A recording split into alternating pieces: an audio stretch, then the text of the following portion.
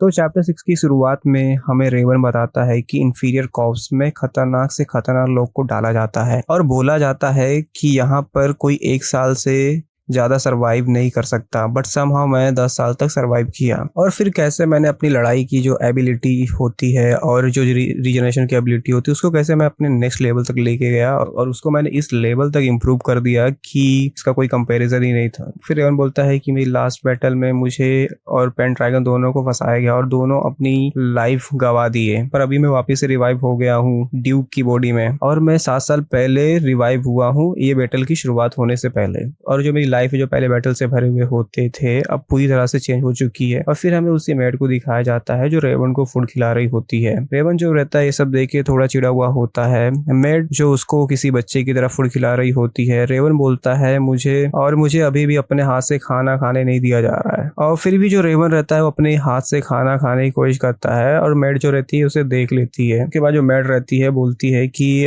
Doctor ने मना किया है आपको अपने हाथ से खाना खाने। उसके बाद मेड जो रहती है रेवन को बोलती है कि आपको डॉक्टर ने मना किया है कुछ भी करने से। रेवन को बोलती है आ कीजिए और जो फूड रहता है उसे खिला रही होती है। फिर हमें रेवन मेड के बारे में बताता है कि इसका नाम लिंडसे होता है। एरन का डेली का जो भी काम होता है ये सब देखती है। फिर ये जो रेवन रहता है थोड़ा परेशान हो चुका रहता है मेड से, क्योंकि जो मेड रहती है बहुत ही ज्यादा ओवर प्रोटेक्टिव रहती है और जो रेवन रहता है उसको किसी बच्चे की तरह ट्रीट किया जाता है। पर बोलता है कि मैं खुद से भी नहीं खा सकता। और रेवन बोलता है कि क्योंकि अब मैं एरन की बॉडी में हूँ इसलिए मेरे पास कोई चॉइस नहीं है, ये सब फॉलो करना ही पड़ेगा। और बोलता है कि मेरे लिए ये सब कितना एम्ब्रेसिंग है जो मुझे बच्चे की तरह ट्रीट किया जा रहा है। और फाइनली जो रेवन का फूड होता है वो खिला के हो जाता है। उसके बाद मैड बोलती है आपका शुक्रिया इतना मेहनत करने के लिए, जब तक आपका मेडिसिन तैयार हो रहा है तब तक मैं आपका ड्रेस पहना देती हूँ। रेवन बोलता है कि इसकी कोई जरूरत नहीं है, मैं खुद से कर लूंगा। उसके बाद जो रेवन रहता है बोलता है कि मैं अपना जाके मुंह धो लेता हूँ, तब तक तुम मेरे लिए एक कपड़ा और मेरा हेयर बैंड ला के दे दो। मैड जो रहती है इतना सुनने के बाद घबरा जाती है और रेवन के पास आके बोलती है आप भी डॉक्टर ने आपको कुछ भी करने से मना किया है, जब तक आपकी बॉडी पूरी तरह ठीक नहीं हो तब तक मुझे ही सब करना है। और जो मेड रहती है वो रेवन का हाथ पकड़ के बोलती है आपके कपड़े और जो हेयर बैंड है वो सब मैं कर दूंगी। उसके बाद बोलती है कि यू ग्रेस आप बस यहाँ पर बैठे और रिलैक्स कीजिए। फिर कुछ समय बाद जो मेड रहती है रेवन को कपड़े और प्लस जो हेयर बैंड रहता है दोनों का काम कर देती है। अब रेवन जो रहता है यहाँ तक पूरी तरह से फ्रस्ट्रेट हो चुका रहता है और बोलता है कि ये सब चीजों को हैंडल करने के लिए मैं बिल्कुल भी अच्छा नहीं हूँ। और उसके बाद जो मेड रहती है उसके सामने आके बोलती है कि क्या आपका सब काम हो गया है। जो रेवन रहता है पहले से ही चिड़ा हुआ होता है और जो मेड रहती है रेवन को ऐसा देख के बोलती है कि क्या हुआ आपको। और जो रेवन रहता है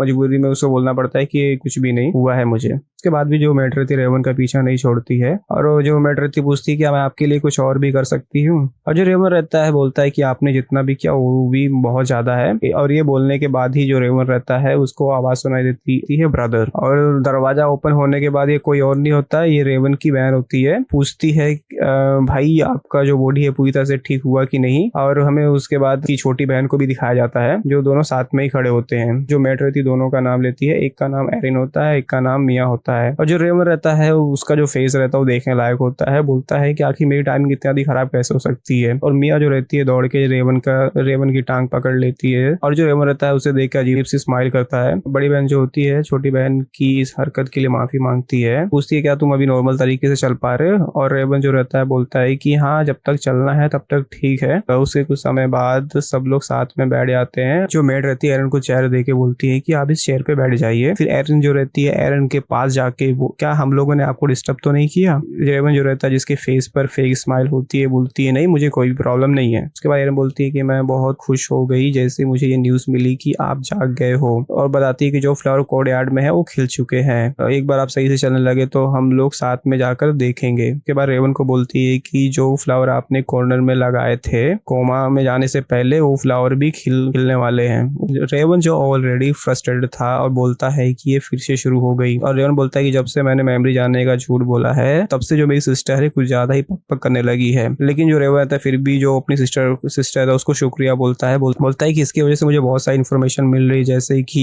एरन कैसा था पास्ट में। और बताती है कि वो स्वॉर्ड और फाइटिंग में बिल्कुल अच्छा नहीं था और उसका जो इंटरेस्ट था जो एरन था उसका इंटरेस्ट उसको रीडिंग करना पेंटिंग करना ये सब उसे बहुत पसंद था।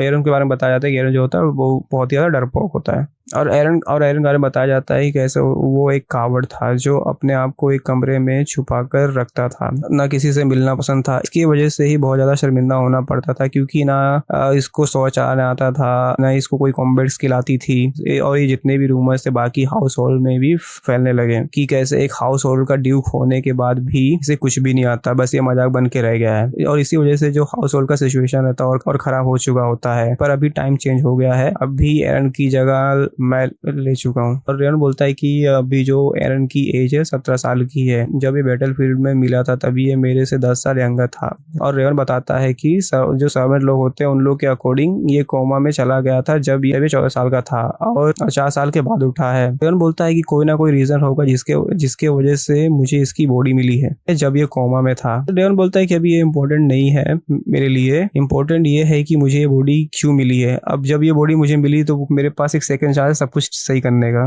रेवन बोलता है कैसे मेरे पास में मुझे डीमन कोस्ट में भेज दिया गया था, जहां पर मैंने अपनी पूरी फैमिली और जो भी हमारा होनर था वो सबको खो दिया। और जो मुझे सेकंड चांस मिला है जो मैं पहले नहीं अचीव कर पाया अब करूंगा। और उसके बाद जो रेवन रहता है क्या नहीं कर पाया था पहले उसके बारे में सोचने लगता है। और रेवन जो रहता है बल्टई को याद करता है और उसके बारे में सोचता है। बल्टई वही है जो रेवन का कमांडर होता है डीमन कोर्स में। रेवन के साथ में पास्ट में क्या क्या किया रहता है वो सब के बारे में रेवन सोचने लगता है। रेवन जो रहता है वो सोचता है बल्टई के बारे में कि उसने कैसे रेवन को धोखा दिया था अपने पास्ट में। वो बताता है कि कैसे इसका जो डीमन कोर्स माना उसकी फैमिली के साथ में जो भी होता है, जो उसको इतनी जिल्लत भरी जिंदगी जीनी पड़ती है, उस सबके पीछे कहीं ना कहीं कमांडर रहता है। फिर वो बोलता है कि कैसे कमांडर ने मुझे बोला था कि ये सब जो भी हो रहा है वो सब एक प्लानिंग थी। ये एरन का मरना और मेरा मरना ये सब जो रहता है वो सब पहले से ही प्लान हो चुका रहता है। जो रेवन रहता है अपनी थॉट्स में खोया रहता है। फिर जो एरन की सिस्टर रहती है उसकी आवाज आती है कि भाई क्या मेरी बात सुन रहे हो। जो रेवन रहता है सॉरी बोलता है कि हाँ कंटिन्यू करो मैं सुन रहा हूँ आपकी बात। उसके बाद जो एरन की बहन रहती है बोलती है कि ठीक है आपसे मिलने के लिए लेडी लूना आ रही है। ये सुन के जो रेवन रहता है और रुकने के लिए बोलता है और पूछता है कि लेडी लूना कौन है। फिर उसकी बहन बोलती है कि सॉरी ब्रदर आपकी मेमोरी अभी भी वापस नहीं आई है। तो